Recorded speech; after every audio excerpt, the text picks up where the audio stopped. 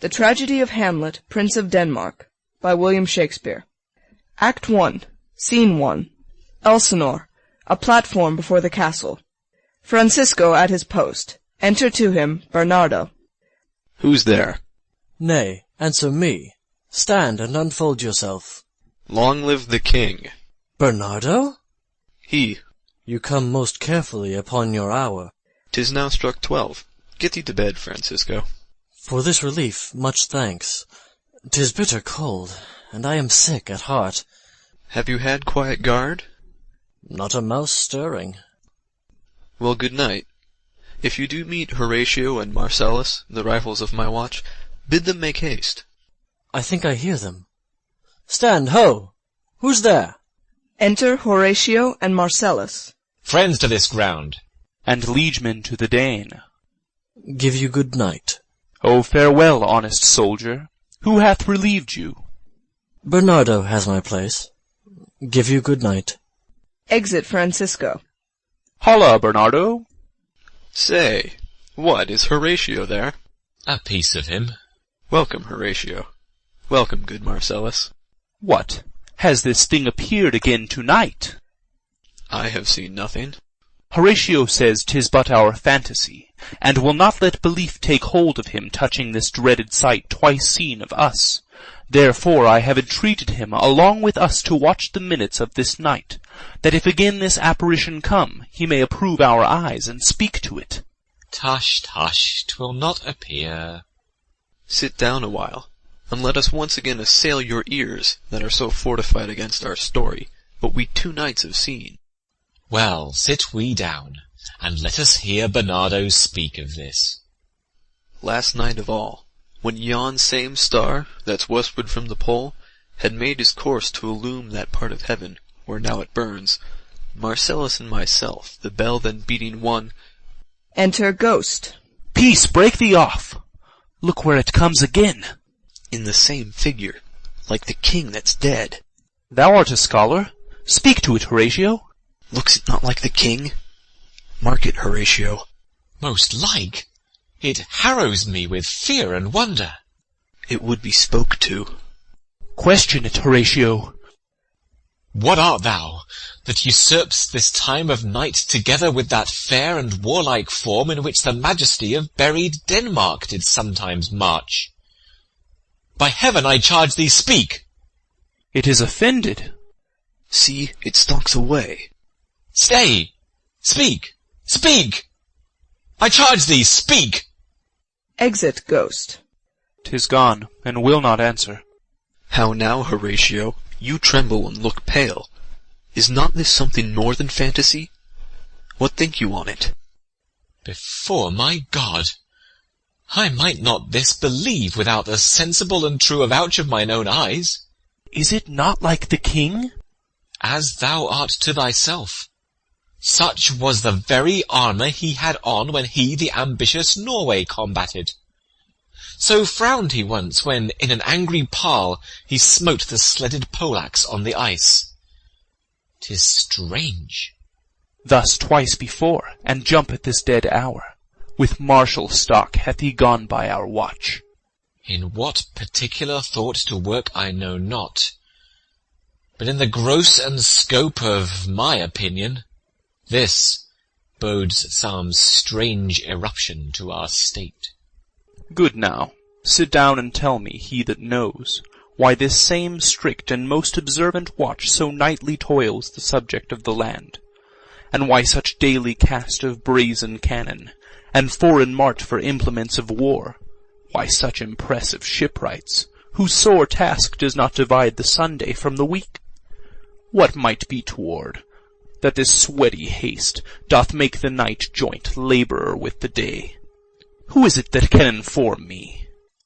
That can I. At least, the whisper goes so. Our last king, whose image even but now appeared to us, was, as you know, by Fortinbras of Norway thereto pricked on by our most emulate pride, dared to the combat, in which our valiant Hamlet, for so this side of the known world esteemed him, did slay this Fortinbras. who, by a sealed compact, well ratified by law and heraldry, did forfeit, with his life, all those his lands which he stood seized of to the conqueror. Against the which a moiety competent was gauged by our king, which had returned to the inheritance of Fortinbras had he been vanquisher, as, by the same covenant and carriage of the article designed, his fell to Hamlet.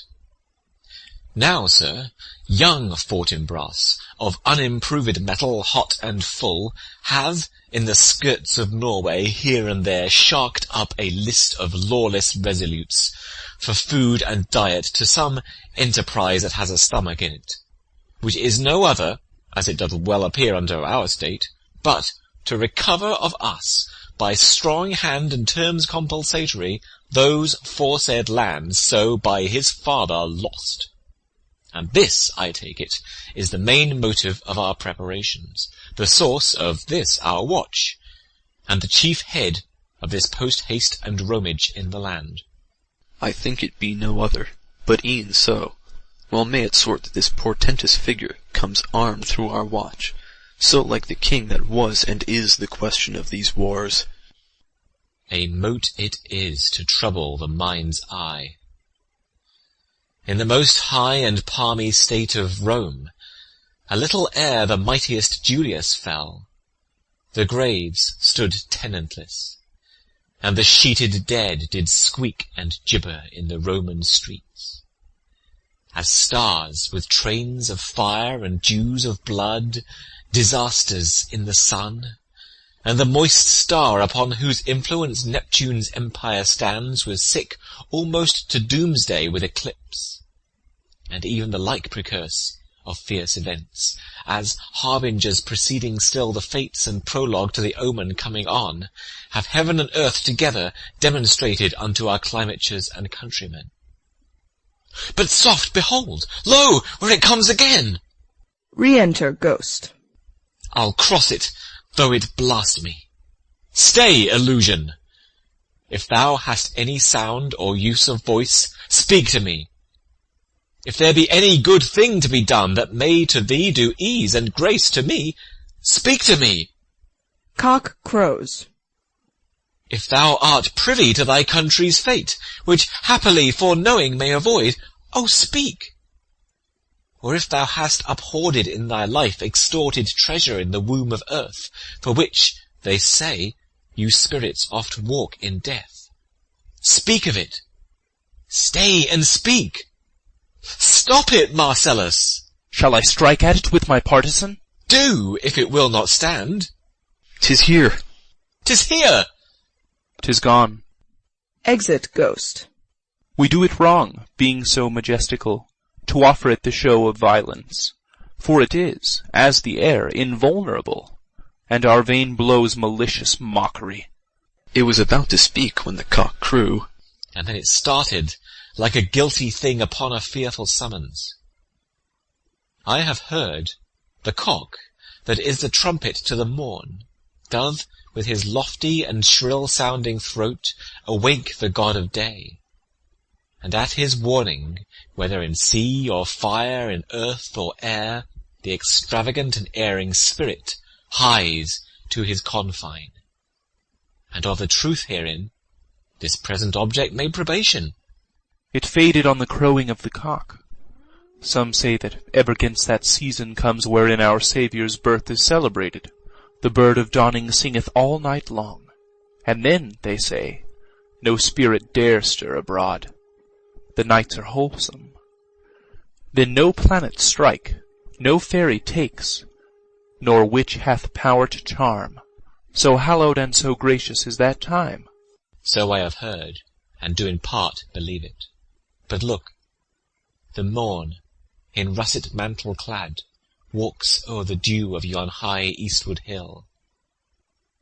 Break we our watch up, and by my advice, let us impart what we have seen to-night unto young Hamlet.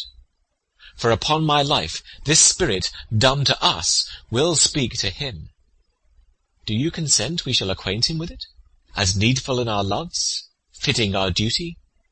Let's do it, I pray. and I this morning know where we shall find him most conveniently. Exeunt. Scene 2. A room of state in the castle. Enter King Claudius, Queen Gertrude, Hamlet, Polonius, Laertes, Voltimand, Cornelius, lords, and attendants. Though yet of Hamlet, our dear brother's death, the memory be green, and that it us be fitted to bear our hearts in grief, and our whole kingdom to be contracted in one brow of woe, yet so far hath discretion fought with nature, that we with wisest sorrow think on him, together with remembrance of ourselves. Therefore, our sometime sister, now our queen, the imperial jointress to this warlike state, have we, as 'twere with a defeated joy, with an auspicious and a dropping eye, with mirth and funeral and with dirge and marriage, in equal scale, weighing delight and dole, taken to wife. Nor have we herein barred your better wisdoms, which have freely gone with this affair along. For all, our thanks. Now follows that you know young Fortinbras, holding a weak supposal of our worth, or thinking by our late dear brother's death our state to be disjoint and out of frame, colleagued with the dream of his advantage, he hath not failed to pester us with message, importing the surrender of those lands lost by his father, with all bonds of law, to our most valiant brother. So much for him. Now for ourself, and for this time of meeting, this much the business is. We have here writ to Norway, uncle of young Fortinbras, who, impotent and bedrid, scarcely hears of this his nephew's purpose, to suppress his further gate herein, in that the levies, the lists and full proportions are all made out of his subject, and we here dispatch you, good Cornelius, and you, Voltimand, for bearers of this greeting to old Norway, giving to you no further personal power to business with the king, more than the scope of these delated articles allow. Farewell, and let your haste command your duty. In that and all things we show our duty. We doubt it nothing. Heartily farewell. Exeunt Voltimand and Cornelius. And now, Laertes, what's the news with you? You told us of some suit. What is't, Laertes? You cannot speak of reason to the Dane and loose your voice. What wouldst thou beg, Laertes? That shall not be my offer, not thy asking. The head is not more native to the heart, the hand more instrumental to the mouth, than is the throne of Denmark to thy father. What wouldst thou have, Laertes? Your leave and favour to return to France, from whence, though willingly I came to Denmark, to show my duty in your coronation, yet now I must confess, that duty done, my thoughts and wishes bend again toward France, and bow them to your gracious leave and pardon. Have you your father's leave? What says Polonius? He hath, my lord, wrung from me my slow leave by laboursome petition, and at last upon his will I sealed my hard consent. I do beseech you give him leave to go.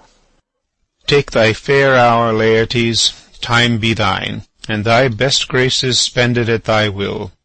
But now, my cousin Hamlet, and my son. Aside. A little more than kin, and less than kind. How is it that the clouds still hang on you? Not so, my lord. I am too much i' the sun. Good Hamlet, cast thy nighted colour off, and let thine eye look like a friend on Denmark. Do not forever with thy veiled lids seek for thy noble father in the dust. Thou knowest 'tis common. All that lives must die, passing through nature to eternity. Ay, madam, it is common. If it be, why seems it so particular with thee? Seems, madam. Nay, it is. I know not seems. 'Tis not alone my inky cloak, good mother, nor customary suits of solemn black, nor windy suspiration of forced breath, no, nor the fruitful river in the eye, nor the dejected haviour of the visage, together with all forms, moods, shapes of grief that can denote me truly. These indeed seem, for they are actions that a man might play. But I have that within which passeth show, these but the trappings and the suits of woe. 'Tis sweet and commendable in your nature, Hamlet, to give these mourning duties to your father. But you must know, your father lost a father, that father lost his, and the survivor bound in filial obligation for some term to do obsequious sorrow. But to persever in obstinate condolement is a course of impious stubbornness. 'Tis unmanly grief. It shows a will most incorrect to heaven, a heart unfortified, a mind impatient, an understanding simple and unschooled. For what we know must be, and is as common as any, the most vulgar thing to sense. Why should we in our peevish opposition take it to heart? Fie! 'Tis a fault to heaven, a fault against the dead, a fault to nature, to reason most absurd, whose common theme is death of fathers, and who still hath cried from the first course till he that died to-day, this must be so. We pray you, throw to earth this unprevailing woe, and think of us as of a father. For let the world take note, you are the most immediate to our throne, and with no less nobility of love than that which dearest father bears his son do I impart toward you. For your intent in going back to school in Wittenberg, it is most retrograde to our desire, and we beseech you, bend you to remain here, in the cheer and comfort of our eye, our chiefest courtier, cousin, and our son. Let not thy mother lose her prayers, Hamlet. I pray thee, stay with us. Go not to Wittenberg. I shall in all my best obey you, madam. Why, 'tis a loving and a fair reply. Be as ourself in Denmark. Madam, come. This gentle and unforced accord of Hamlet sits smiling to my heart, in grace whereof no jocund health that Denmark drinks to-day, but the great cannon to the clouds shall tell, and the kings rouse the heavens all bruit again, re-speaking earthly thunder. Come, away. Exeunt all but Hamlet. Oh, that this too solid flesh would melt, thaw, and resolve itself into a dew! Or that the everlasting had not fixed his cannon 'gainst self-slaughter. Oh, God!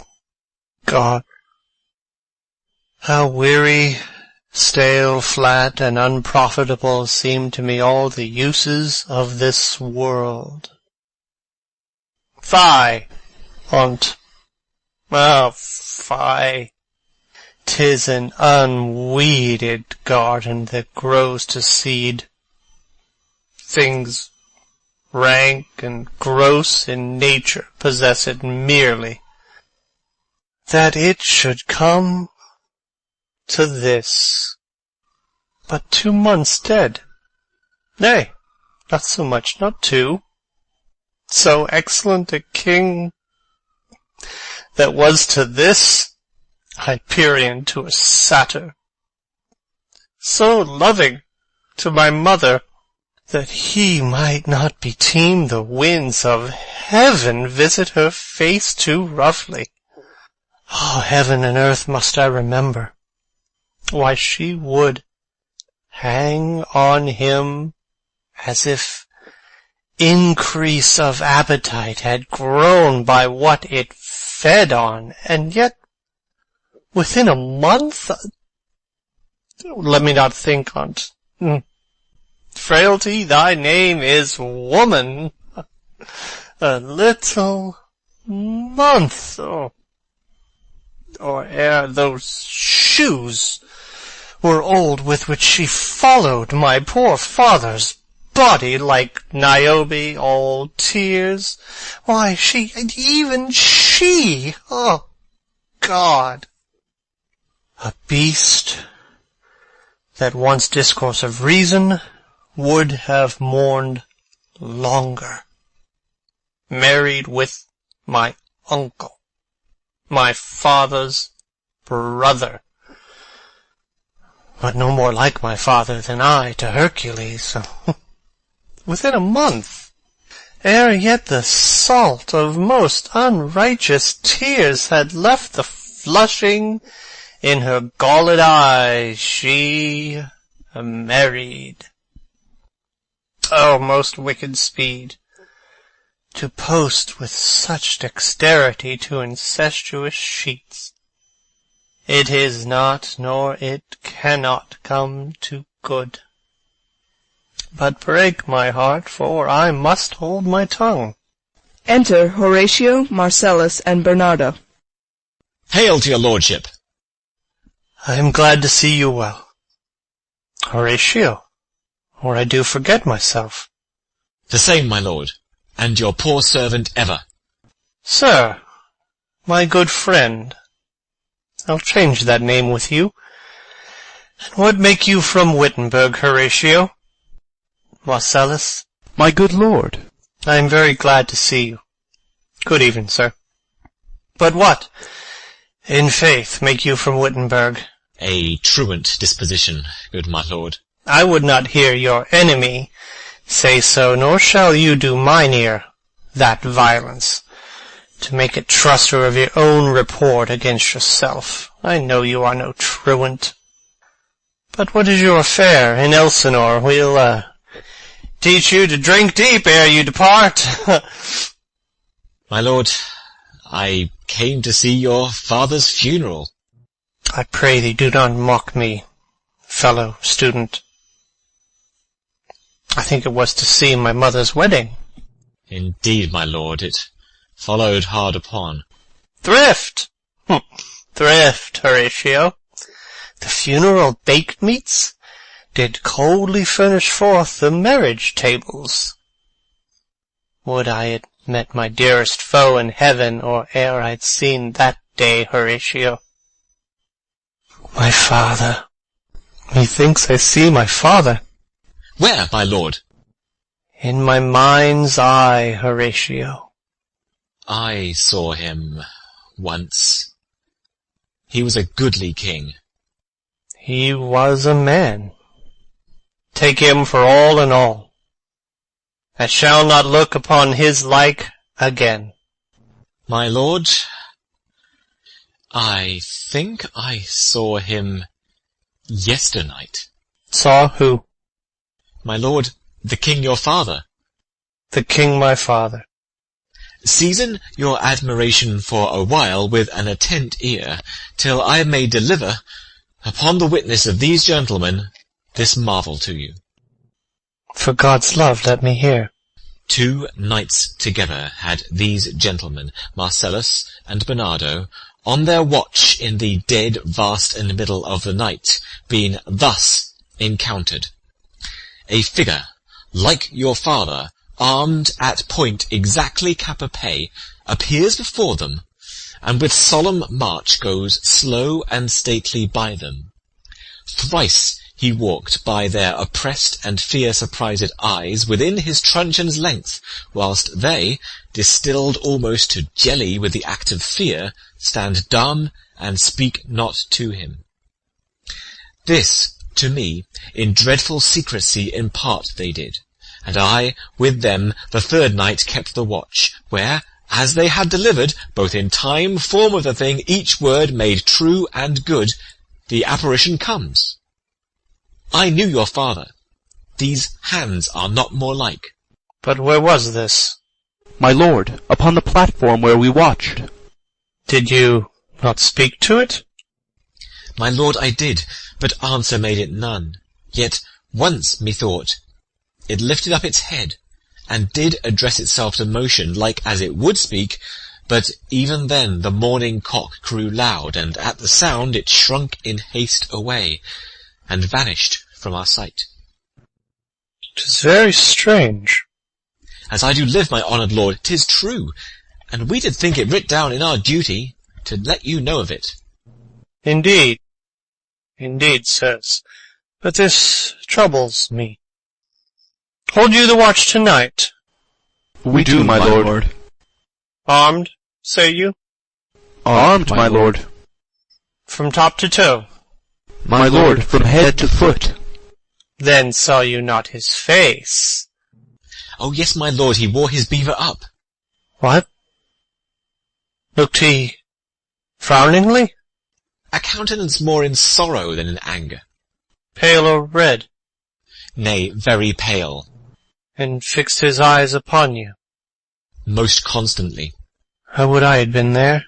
It would have much amazed you. Very like, very like. Stayed it long? While one with moderate haste might tell 100. Longer. Not when I saw it. His beard was grizzled, no? It was as I have seen it in his life, a sable silvered.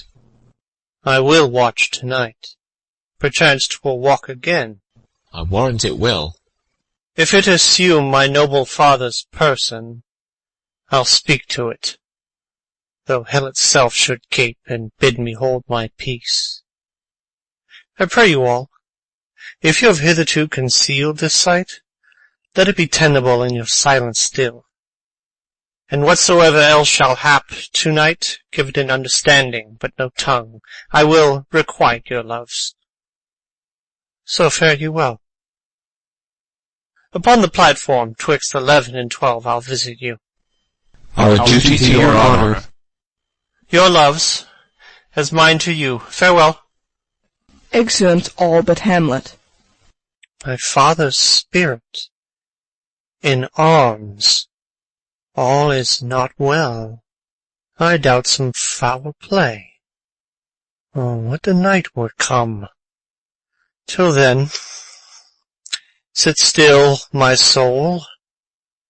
Foul deeds will rise, though all the earth o'erwhelm them, to men's eyes. Exit. Scene 3. A room in Polonius's house. Enter Laertes and Ophelia. My necessaries are embarked. Farewell. And, sister, as the winds give benefit and convoy is assistant, do not sleep, but let me hear from you. Do you doubt that? For Hamlet and the trifling of his favour, hold it a fashion and a toy in blood, a violet in the youth of primy nature, forward, not permanent, sweet, not lasting, the perfume and suppliance of a minute, no more. No more but so? Think it no more, for nature crescent does not grow alone in thews and bulk, but as this temple waxes, the inward service of the mind and soul grows wide withal. Perhaps he loves you now, and now no soil nor cautel doth besmirch the virtue of his will, but you must fear. His greatness weighed, his will is not his own, for he himself is subject to his birth. He may not, as unvalued persons do, carve for himself, for on his choice depends the safety and health of this whole state, and therefore must his choice be circumscribed unto the voice and yielding of that body whereof he is the head. Then, if he says he loves you, it fits your wisdom so far to believe it, as he in his particular act and place may give his saying deed, which is no further than the main voice of Denmark goes with all. Then weigh what loss your honour may sustain, if with too credent ear you list his songs, or lose your heart, or your chaste treasure open to his unmastered importunity. Fear it, Ophelia, fear it, my dear sister, and keep you in the rear of your affection, out of the shot and danger of desire. The chariest maid is prodigal enough, if she unmask her beauty to the moon. Virtue itself scapes not calumnious strokes. The canker galls the infants of the spring, too oft before their buttons be disclosed, and in the morn and liquid dew of youth, contagious blasphements are most imminent. Be wary, then. Best safety lies in fear. Youth to itself rebels, though none else near. I shall the effect of this good lesson keep as watchman to my heart. But, good my brother, do not, as some ungracious pastors do, show me the steep and thorny way to heaven, whilst, like a puffed and reckless libertine, himself the primrose path of dalliance treads, and recks not his own reed. Oh, fear me not. I stay too long. But here my father comes. Enter Polonius. A double blessing is a double grace. Occasion smiles upon a second leave. Yet here, Laertes? Aboard, for shame! The wind sits in the shoulder of your sail, and you are stayed for. Bear my blessing with thee, and these few precepts in thy memory. Look thou character, give thy thoughts no tongue, nor any unproportioned thought his act. Be thou familiar, but by no means vulgar. Those friends thou hast, and their adoption tried, grapple them unto thy soul with hoops of steel, but do not dull thy palm with entertainment of each new-hatched unfledged comrade. Beware of entrance to a quarrel, but being in, bear that the opposed may beware of thee. Give every man thine ear, but few thy voice. Take each man's censure, but reserve thy judgment.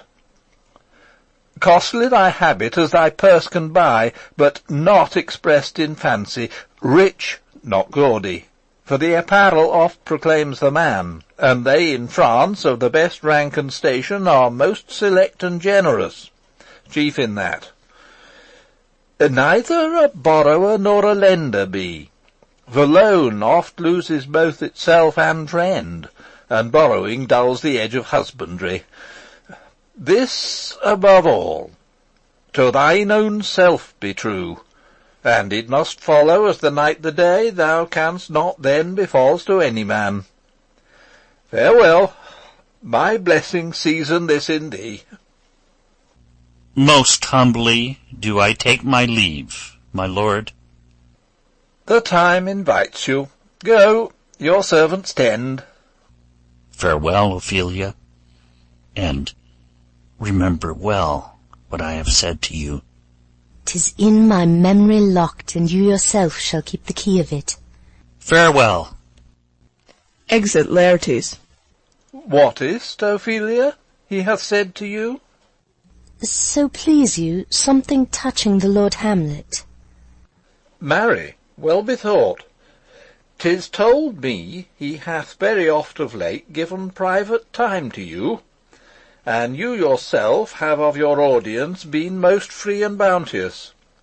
If it be so, as so 'tis put to me, and that in way of caution, I must tell you, you do not understand yourself so clearly as it behoves my daughter and your honour. What is between you? Give me up the truth. He hath, my lord, of late made many tenders of his affection to me. Affection? Pooh! You speak like a green girl, unsifted in such perilous circumstance. Do you believe his tenders, as you call them? I do not know, my lord, what I should think. Marry, I will teach you. Think yourself a baby that you who tend these tenders for true pay, which are not sterling. Tender yourself more dearly, or, not to crack the wind of the poor phrase running it thus, you'll tender me a fool. My lord, he hath importuned me with love in honourable fashion. Ay, fashion you may call it. Go to, go to. And hath given countenance to his speech, my lord, with almost all the holy vows of heaven. Ay, springs to catch woodcocks.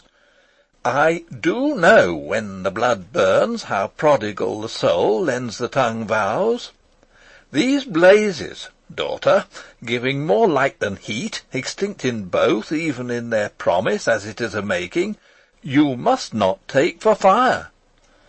From this time be somewhat scanter of your maiden presence. Set your entreatments at a higher rate than a command to parley. For Lord Hamlet, believe so much in him, that he is young, and with a larger tether may he walk than may be given you. In few, Ophelia, do not believe his vows, for they are brokers not of that dye which their investments show, but mere implorators of unholy suits, breathing like sanctified and pious bawds, the better to beguile. This is for all. I would not, in plain terms, from this time forth, have you so slander any moment leisure, as to give words or talk with the Lord Hamlet. Look to it, I charge you. Come your ways. I shall obey, my lord. Exeunt. Scene 4. The platform. Enter Hamlet, Horatio, and Marcellus. The air bites shrewdly. It is very cold. It is a nipping and an eager air. What hour now? I think it lacks of 12. No, it is struck. Indeed? I heard it not. Then it draws near the season wherein this spirit held his wont to walk. A flourish of trumpets and ordnance shot off within. What does this mean, my lord? The king doth wake to-night, and takes his rouse, keeps wassail, and the swaggering upspring reels, and as he drains his draughts of Rhenish down, the kettle-drum and trumpet thus bray out the triumph of his pledge. Is it a custom? Ay, marry, is't. But to my mind, though I am native here, and to the manner born, it is a custom more honoured in the breach than the observance. This heavy-headed revel east and west makes us traduced and taxed of other nations. They cleap us drunkards, and with swinish phrase soil our addition. And indeed it takes from our achievements, though performed at height, the pith and marrow of our attribute. So, oft it chances in particular men, that for some vicious mole of nature in them, as in their birth, wherein they are not guilty, since nature cannot choose his origin, by the o'ergrowth of some complexion, oft breaking down the pales and forts of reason, or by some habit that too much o'erleavens the form of plausive manners, that these men, carrying, I say, the stamp of one defect, being nature's livery or fortune's star, their virtues else, be they as pure as grace, as infinite as man may undergo, shall in the general censure take corruption from that particular fault. The dram of eel doth all the noble substance of a doubt to his own scandal. Look, my lord, it comes! Enter Ghost. Angels and ministers of grace defend us.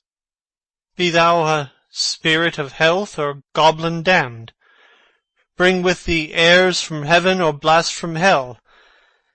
Be thy intents wicked or charitable, thou comest in such a questionable shape that I'll speak to thee.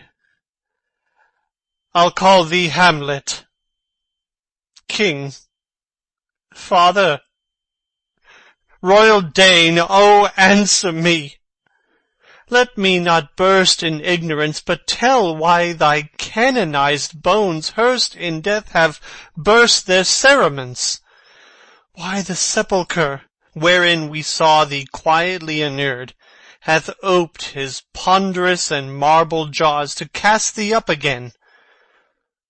What may this mean, that thou, dead corse, again in complete steel revisitest thus the glimpses of the moon, making night hideous, and we fools of nature so horridly to shake our disposition with thoughts beyond the reaches of our souls? Say, why is this? Wherefore? What should we do? Ghost beckons Hamlet. It beckons you to go away with it, as if it's some impartment to desire to you alone. Look, with what courteous action it waves you to a more removed ground. But do not go with it. No, by no means. It will not speak. Then I will follow it. Do not, my lord. Why? What should be the fear? I do not set my life in a pin's fee. And for my soul, what can it do to that, being a thing immortal as itself? It waves me forth again. I'll follow it. What if it tempt you toward the flood, my lord, or to the dreadful summit of the cliff that beetles o'er his base into the sea, and there assume some other horrible form, which might deprive your sovereignty of reason, and draw you into madness? Think of it! The very place puts toys of desperation, without more motive, into every brain that looks so many fathoms to the sea, and hears it roar beneath. It waves me still. Go on, I'll follow thee. You shall not go, my lord. Hold off your hands. Be ruled, you shall not go. My fate cries out, and makes each petty artery in this body as hardy as a Nemean lion's nerve. Still am I called. Unhand me, gentlemen. By heaven, I'll make a ghost of him that lets me. I say away. Go on. I'll follow thee. Exeunt Ghost and Hamlet. He waxes desperate with imagination. Let's follow. 'Tis not fit thus to obey him. Have after. To what issue will this come? Something is rotten in the state of Denmark. Heaven will direct it. Nay, let's follow him. Exeunt. Scene 5. Another part of the platform. Enter Ghost and Hamlet. Where wilt thou lead me? Speak. I'll go no further. Mark me. I will. My hour is almost come, when I to sulphurous and tormenting flames must render up myself. Alas, poor ghost! Pity me not, but lend thy serious hearing to what I shall unfold. Speak. I am bound to hear. So art thou to revenge when thou shalt hear. What? I am thy father's spirit, doomed for a certain term to walk the night, and for the day confined to waste in fires, till the foul crimes done in my days of nature are burnt and purged away.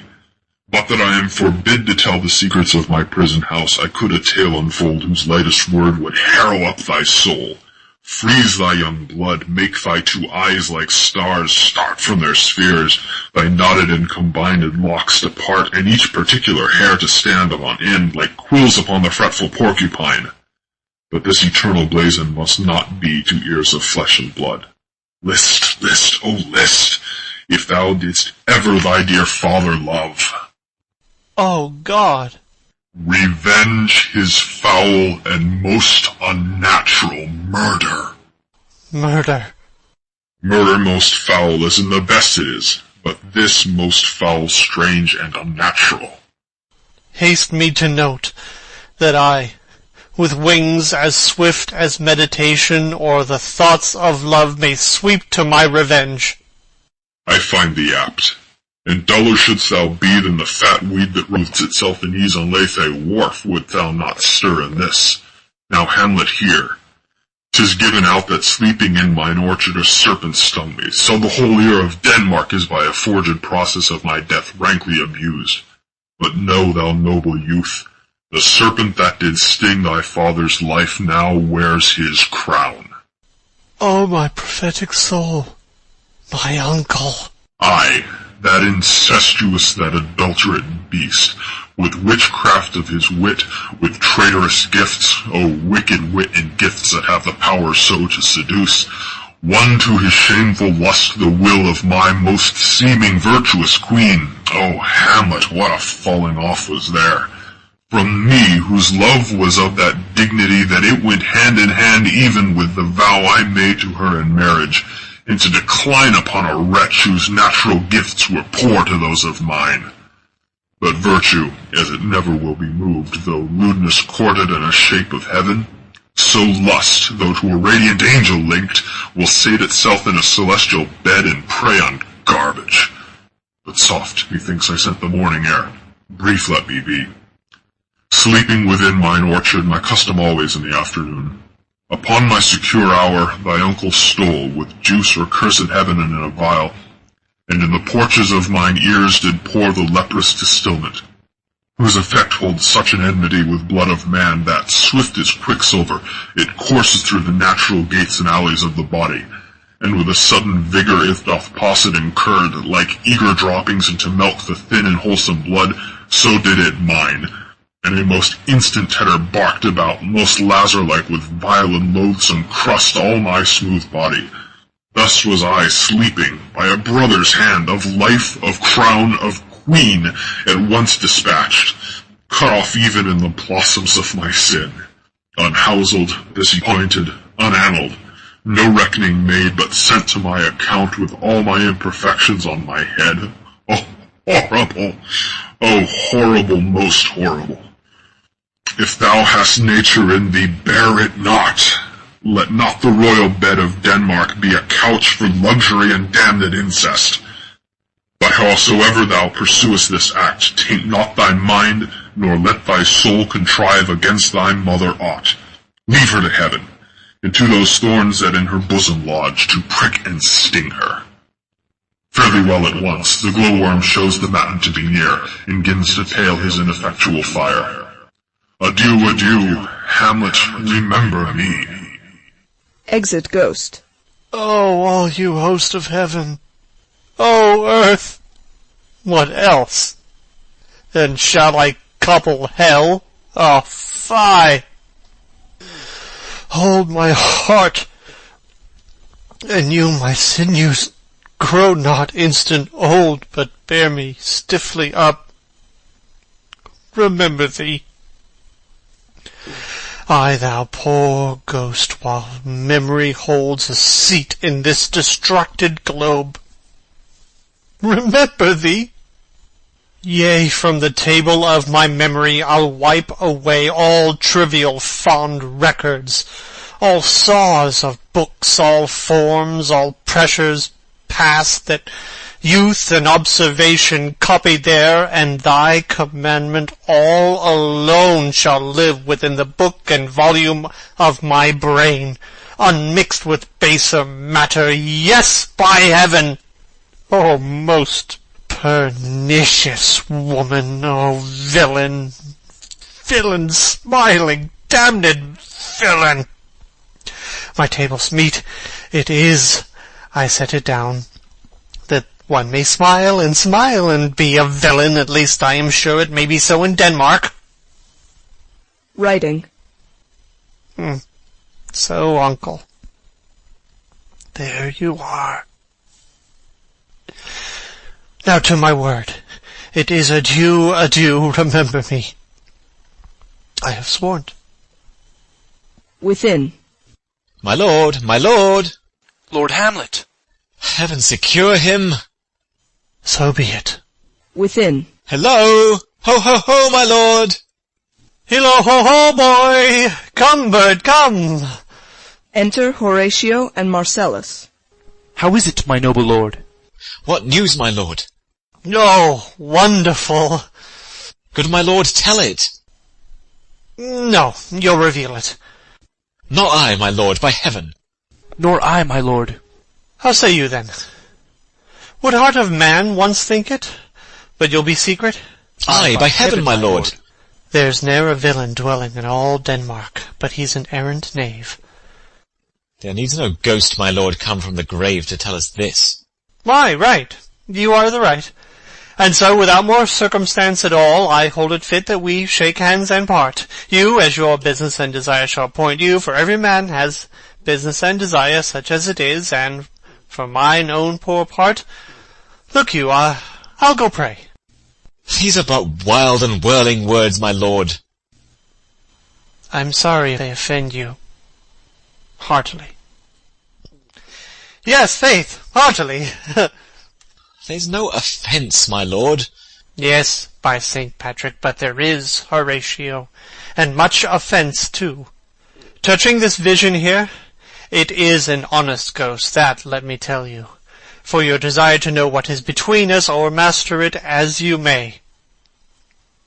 And now, good friends, as you are friends, scholars, and soldiers, give me one poor request. What is, my lord? We will.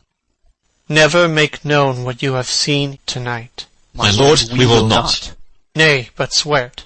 In faith, my lord, not I. Nor I, my lord, in faith. Upon my sword. We have sworn, my lord, already. Indeed? Upon my sword, indeed. Beneath. Ah, boy, say'st thou so? Art thou there, true penny?